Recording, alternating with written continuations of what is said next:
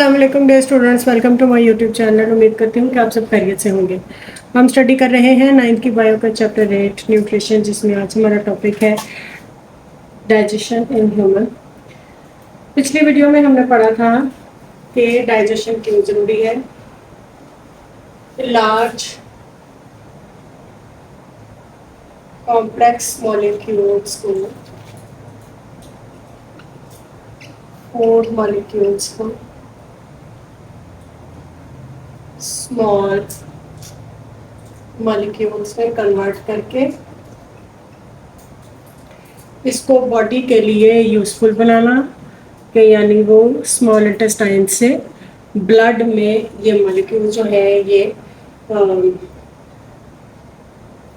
जाए और बॉडी जो है उनको यूटिलाइज करके एनर्जी हासिल कर सके। हमने इसके डिफरेंट फेजेस भी पढ़े थे, जिनमें इंजेक्शन,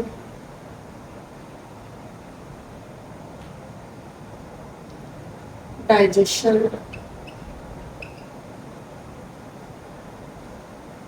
एब्जॉर्प्शन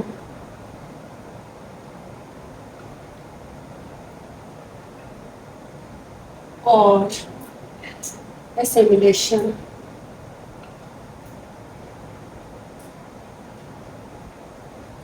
और डेफिकेशन वगैरह शामिल थे।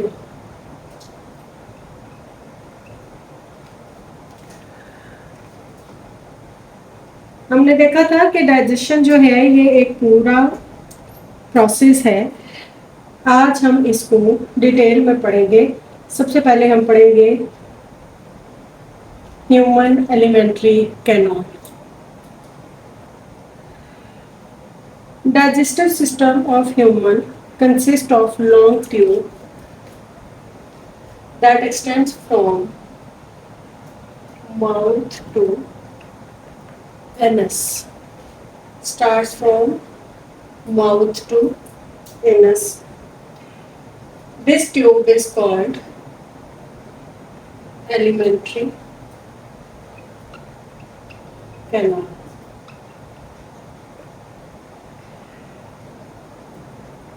अब ये जो एलिमेंट्री कैनाल है ये सीधी ऐसे ट्यूब नहीं है। इसके अंदर डिफरेंट ऑर्गन्स और ग्लैंड्स आते हैं। इसके अंदर स्टमक भी आता है, इसके अंदर स्मॉल इंटेस्टाइन, लार्ज इंटेस्टाइन, और ये पूरा एक सिस्टम बना देते हैं।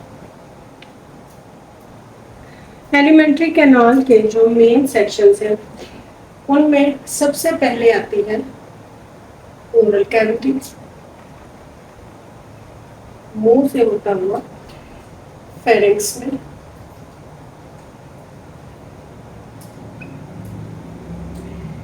फिर उसके बाद इसोफेगस, उसके बाद आ जाता है स्टमक, उसके बाद स्मॉल इंटेस्टाइन और फिर लार्ज इंटेस्टाइन।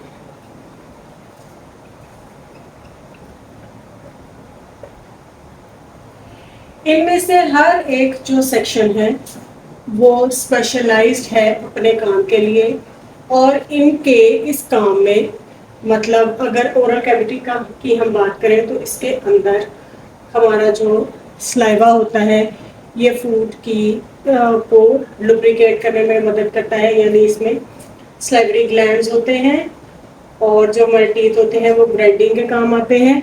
यानी मुंह के अंदर जब खुराक जाती है तो डाइजेशन का प्रोसेस जो है वो वहीं से शुरू हो जाता है, और ये अपने काम के लिए स्पेशलाइज्ड होते हैं। इस काम के लिए इनको असिस्टेंस मिलती है इनके मखसूस किस्म के ग्लैंड्स। या अगर स्टमक को देख लें तो इसके अंदर भी मखसूस किस्म के ग्लैंड्स होते हैं जो कि खुराक को हजम करने में मदद देते हैं। जब हम इनको डिटेल में पढ़ेंगे तो हम उन ग्लैंड्स के बारे में भी और उनके काम के बारे में भी पढ़ेंगे।